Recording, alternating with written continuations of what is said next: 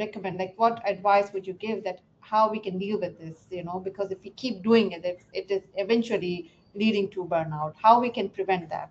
Absolutely. I think that's a great question. And I think that that's so relevant because we're always juggling so many things, and there's so many balls, and like the balls are flying out the window, or God really knows what's happening to all these balls in the air. And it is so easy to get burned out with everything and all the responsibilities. At the same time, I think it's like really that message that I would say like we all say, but I don't know if we're really practicing it as much as we should, of the when you're on an airplane and giving your oxygen to your to yourself, and then to the child or whoever's sitting next to you, because that is so true. If our cup is not, if it's empty, it is so hard to give to others, like when it's low. But when we can fill our cup up, that is when we can provide more for other people. And I think that recharging is so essential.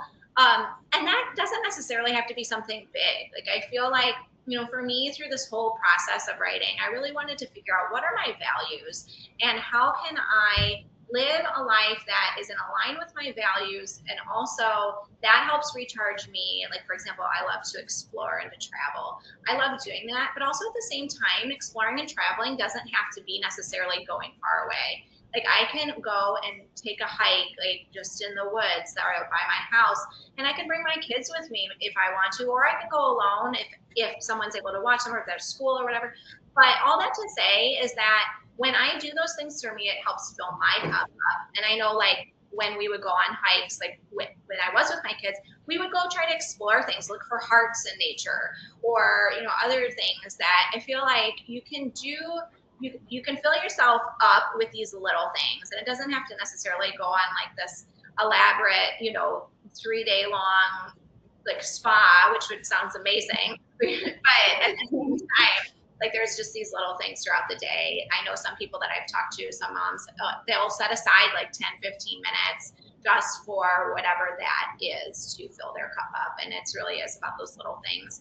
And I think, so Gretchen Rubin talks about the days are long, but the years are short, and really being mindful. Like that's what sometimes gets me through it. Like the days are so long, especially it's the summer right now here in the Chicago area. It doesn't get dark until like 9 o'clock at night. And my kids are getting older. They want to stay up, and I am exhausted. But just remembering that, this is a fleeting moment in time. And I think that just kind of helps to be mindful and just to kind of embrace the simplicity. I think we sometimes can get overwhelmed by we have to do this, and this for our kids, which I think is so, that's so lovely. But at the same time, it's okay just to sit, and it's okay to be still. And sometimes those are just the most beautiful memories when you're just doing that. So that would be my some of my advice that like I would give to others, and stuff that I work on all the time as well. I feel like we're always like, going through